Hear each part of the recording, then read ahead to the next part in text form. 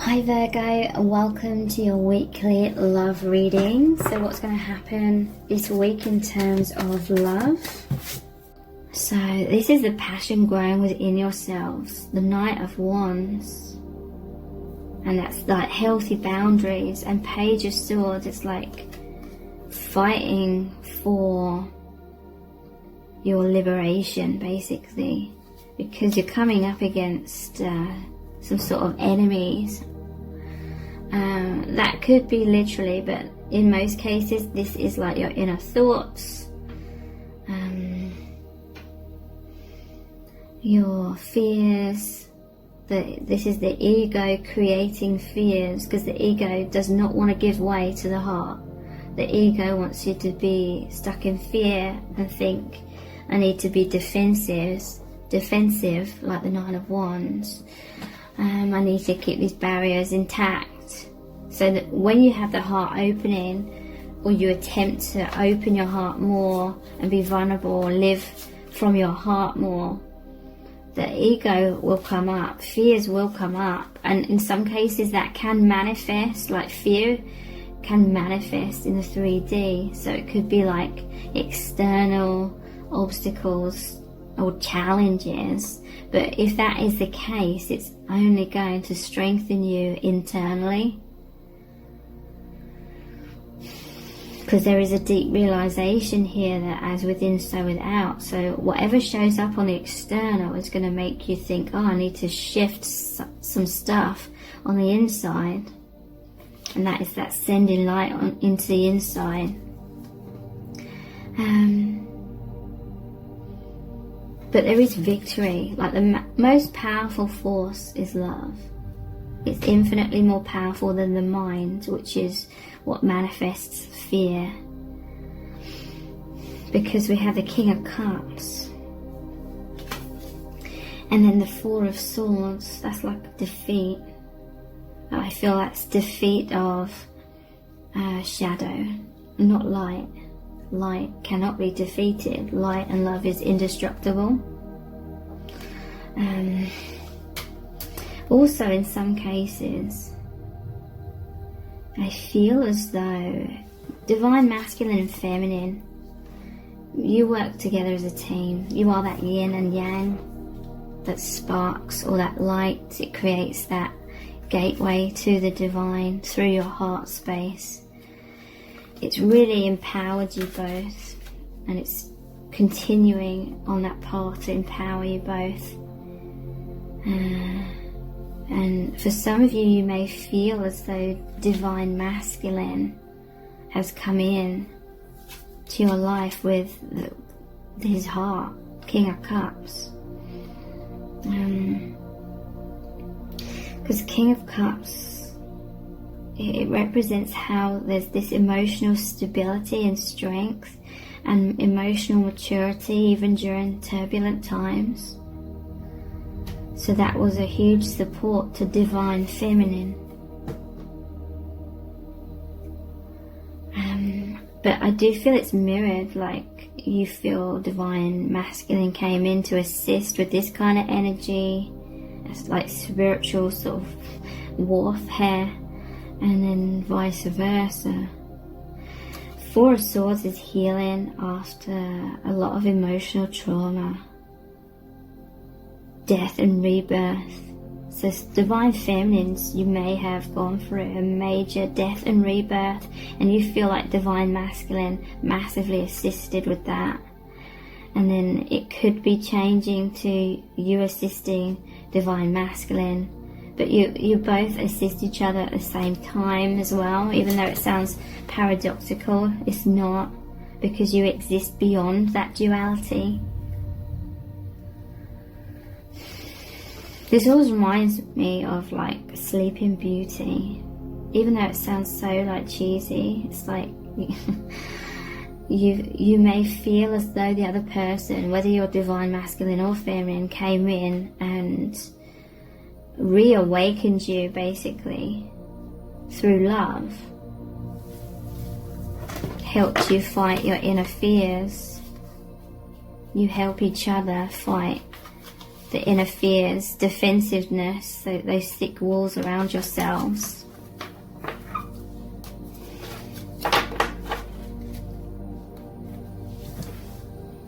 So, what else is going on in your divine union? Just thinking what cards to look at. Spirit is saying these ones.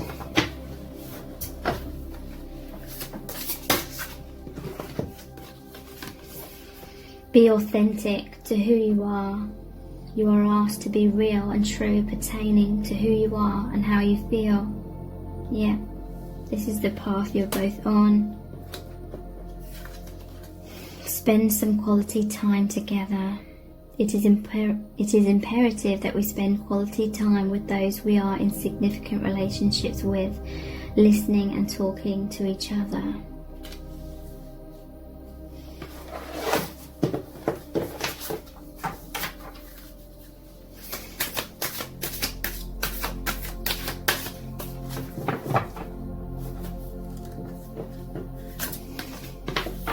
Have faith. Trust your faith in this situation. And this is like rising up.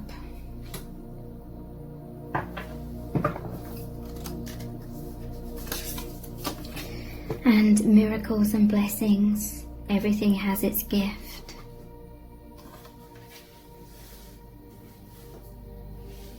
So yeah, this is a path of being authentic. It happens step by step. And there's a powerful like inner compass, inner guidance that's really become more apparent to you both. You're no longer buried so much beneath as many pressures from the outside world or denser energies, self-doubt, self-blame, all that subconscious stuff from the past. A lot of that is being dispensed with. Step by step, as you become more of your authentic selves. You are asked to be real and true pertaining to who you are and how you feel. Spend some quality time together. So I feel you either do spend your time with each other in the 3D. For many of you, this will be energetically.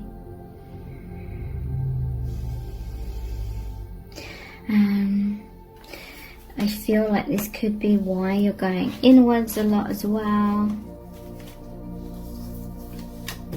Like this is where you connect in your inner world energetically during alone time. She's writing, he's reading. There could be some sort of communication. It doesn't have to literally be writing and reading. It could be energetically.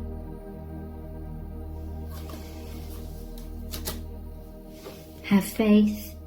Trust your faith in this situation. You're both rising up. There's transformation. You can see things from a much higher perspective. I'm hearing that more clarity will be coming in very soon. If you're feeling confused or stuck in like that 9 of Swords, worrying energy about something, and miracles and blessings are coming your way. I'm noticing this is 13, so death and rebirth. As you release, more miracles and blessings are coming in. Everything has its gift. So there's a lot of growth, a lot of learning happening from this death and rebirth process.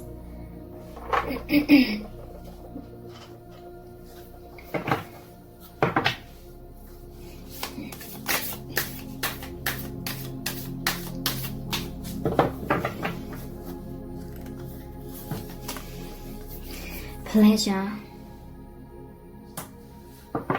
This is that gateway between your hearts that takes you to the higher realms. All these steps, you're taking these steps into ascension, and it feels so pleasurable to you both. You're coming into more pleasure and transformation. I always see this as like the yin and yang, masculine, feminine, butterflies. Have faith in your transformation. Have faith in that liberation from any struggles of being in that cocoon. The struggles strengthen you. Everything has its gift.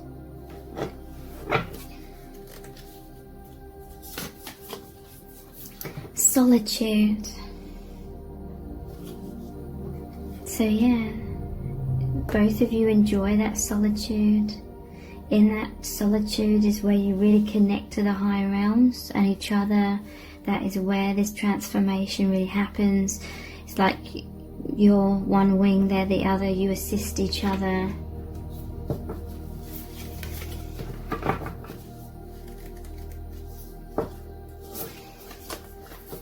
And truth. And this is going over the top of the miracles and blessings. Everything has its gift. So interesting. You are coming more into truth and authenticity.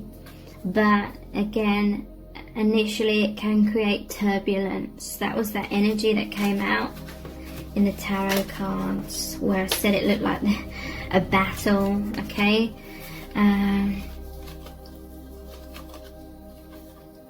People or circumstances. It could be when you're being more authentic to yourself, your life circumstances become temporarily more difficult, and it's going to really rattle you. But your roots are strong. Your truth is strong. You will not snap. The trunk of this tree will not snap. There's going to be a flexibility, but it can be fearful. It could be other people creating turbulence. It could be your own thoughts and doubts creating turbulence. But the more you shift within, and the more these steps up into more faith and knowing your truth is strong, it's the love and the light. So it manifests more and more. Trusting in that, it means the turbulence eventually dies away and you come back to this like stillness. Look how still this lake is. On the inside, I'm hearing you can have this stillness even when turbulence on the outside happens. So I'm going to finish this reading with a Rumi Oracle card. It's going to be a powerful message from Spirit about what's going on in your connection at this time, what's going on the path at this time, and their guidance for you. What do you need to know? We have 1. So again, this is that yin-yang, divine masculine, feminine energy, and how you mirror each other, how you come together, and it's that gateway that allows the higher realms, the love and the light, to really come down and be grounded. 1. I have abolished duality from myself. I have seen the two worlds as one. One I seek, one I know, one I see and one I call. You look for me, and what do you see? You. Am I playing games with you, holding up a mirror for you to behold God? Yes. These are games of love and truth. Look for me and find yourself, for I am you and you are me, and together we are one, playing hide and seek in love's great playground.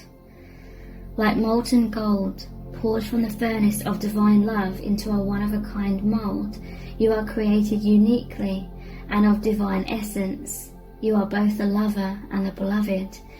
There is no aspect of your life separate from your spiritual journey, and there is no aspect of you that is not of divine origin. So then, why the frowning, the fear, or the questioning? Let me share a sublime secret with you. Let me whisper it into your heart. There is nothing to fear. All is unfolding according to the divine genius, and there is a sweet shift in store for you. no matter how dire circumstances may appear to be, or despairing you may feel, there is still an avenue through which fulfillment and resolution will be granted. This will happen. That is because the divine seeks wholeness of the one. That means anything and every part of existence, and that includes you and all aspects of your being and life, is claimed by the divine.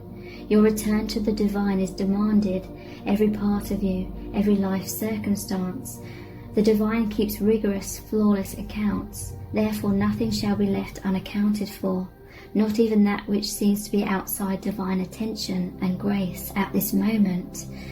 You must remember that you are a living heart, the dweller at the centre between heaven and earth, star and soil, light and dark. If you cannot summon the joy to rise up and meet the beloved, fear not. That cunning lover lies deep within the depths, waiting to gather you into sacred embrace as you descend into darkness. Either through flying or falling, you shall be caught and tangled up in divine embrace. So fear not, cast aside worry and concern. Know that you are thoroughly itemized on the divine ledger, and not one moment of your struggle or suffering shall miss the hawk-like gaze of the ever-attentive and heavenly beloved. This oracle comes to you with particular guidance. There is a friction or conflict within you or your life right now, a sense perhaps of being pulled in more than one direction, and confusion because of this.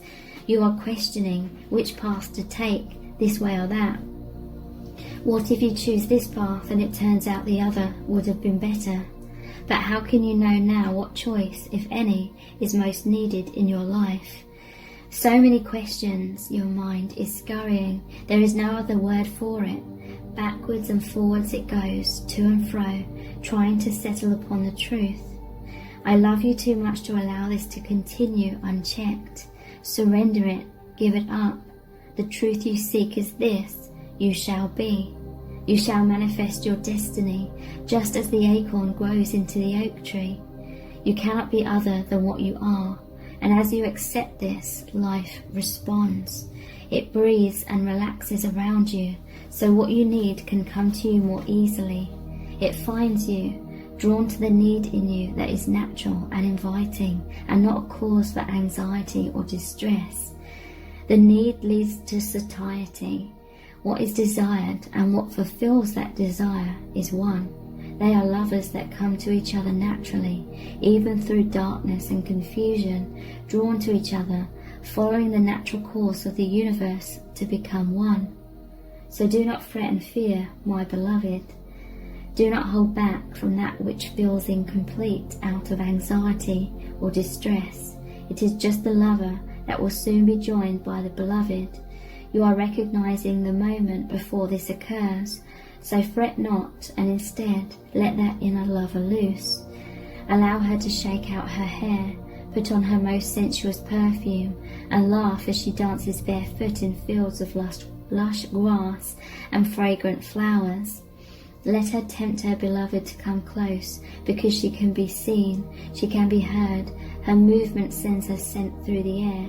She entices the yearning beloved to her, and soon enough they meet, and it becomes possible for yet again two to become one, and then there will be wild peace and ecstatic contentment within you. If there is any part of you struggling to surrender the conflict between old and new, between what has been and what needs to be, between passion and duty, creativity and rationality, between this role or identity, then know this: even the conflict serves. Don't choose either one and believe it is the answer. Sometimes the sacrifice is not one or the other, but the idea that it can only be one or the other. At another level, a level of divine resolution, there is beyond the apparent polarity and conflict a third way, the rising up to where there is only one perfection taking place constantly. Open your heart, you'll find the bridge to understanding and trusting in that perfection there, where it has always been and will always be. Don't worry, all is happening exactly as it should. This oracle brings you particular guidance. There is a resolution and a perfect coming together of elements in your life that might have seemed disparate or in conflict. Something you've been trying to integrate is so very nearly ready to click into place. Perform the sacred honouring ritual and stay with your process. The coherence, the integration, the balance and coming together you seek is on your horizon, approaching you swiftly now. So here is the sacred honouring ritual. Place your hands at your heart and say aloud, Rumi who loves me unconditionally, I gaze into my heart and you are there. I gaze into your heart and see my own face. We are one. This oneness is contagious. May it swiftly affect every aspect of my inner world, so that my outer existence aligns gently with perfect harmony with the great divine beloved. You and I are one, with the perfection of divinity unfolding now and always, through grace and my own free will, so be it. When you are ready, place your hands in prayer position and bow your head in reverence and recognition to the one divine plan unfolding. Say, I surrender into the one truth of divine perfection, which includes my own divine destiny now. Through mercy and grace, so be it. When you are ready, simply close your eyes and bow your head again. Then you have completed your ritual. So I really hope this reading has really resonated with you on a deep level and been helpful. Thank you for joining me here. Take care. Bye.